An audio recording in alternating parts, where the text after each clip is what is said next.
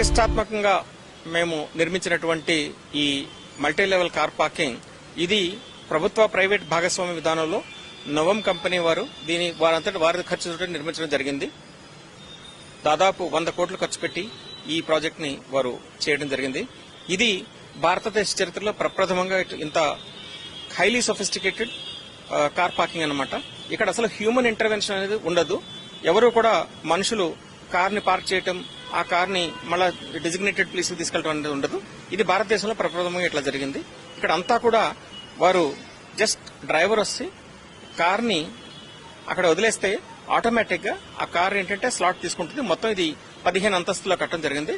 అందులో 10 అంతస్తులు దీనికి పార్కింగ్ కోసం కొన్ని క్రింద కొన్ని పైన కేటాయించడం జరిగింది. ఒక 5 అంతస్తులు మాత్రం కమర్షియల్ యాక్టివిటీ, ఎందుకంటే ఇది ఇంత ఖర్చు పెట్టి వారంతటి వారితో చేశారు కాబట్టి మేము కేవలం ఒక అరెకరం భూమిని ఇవ్వడం జరిగిందనమాట ఈ ప్రాజెక్ట్ కట్టడం కోసం.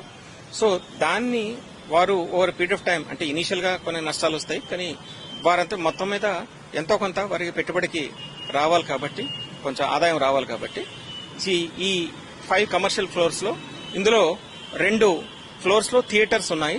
2 థియేటర్స్ ఉన్నాయి.